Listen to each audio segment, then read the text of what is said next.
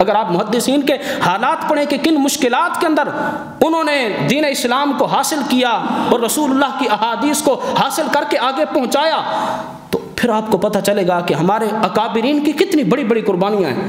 حضرت امام مالک کے شاگرد ہیں جنہوں نے موطا امام مالک اس امت کو امام مالک سے روایت کر کے دی ہے۔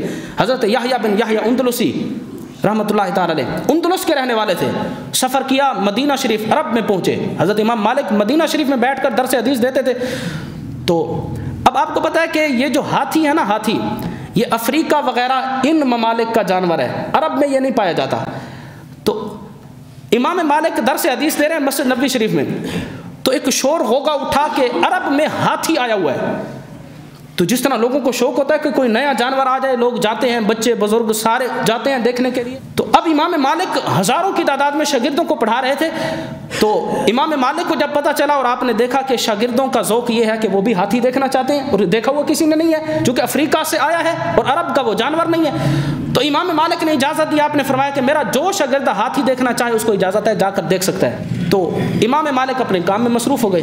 یہ جو بڑے بڑے اکابرین تھے یہ اپنے وقت کا بڑا خیال رکھتے تھے، وقت سے قیمتی کوئی چیز نہیں ہے بندے کے پاس۔ حضرت امام بخاری کے بارے میں آتا ہے، آپ فرمایا کرتے تھے کہ میرا سب سے زیادہ وقت جو ضائع ہوا ہے وہ اس وقت ضائع ہوا ہے جب میں نے کھانا کھایا ہے۔ کھانا کھاتے وقت جو میں نے وقت کو ضائع کیا ہے، میں اپنی زندگی کا بہت بڑا سرمایہ اس کو ضائع ہونے میں سمجھتا ہوں کہ میں نے کھانا کھایا کیوں ہے۔ اتنی وقت کی قدر کیا کرتے تھے۔ تو امام مالک اپنے کام میں مصروف ہو گئے۔ تو آپ نے جب نظر اٹھا کر دیکھا تو سارے شاگرد چلے گئے ہاتھی دیکھنے، صرف یحییٰ بن یحییٰ اندلسی وہاں پر موجود تھے، بیٹھے تھے۔ تو آپ نے اس سے پوچھا کہ یحییٰ کیا تیرے دیسوں میں ہاتھی ہوتا ہے؟ تو نے ہاتھی دیکھا ہوا ہے؟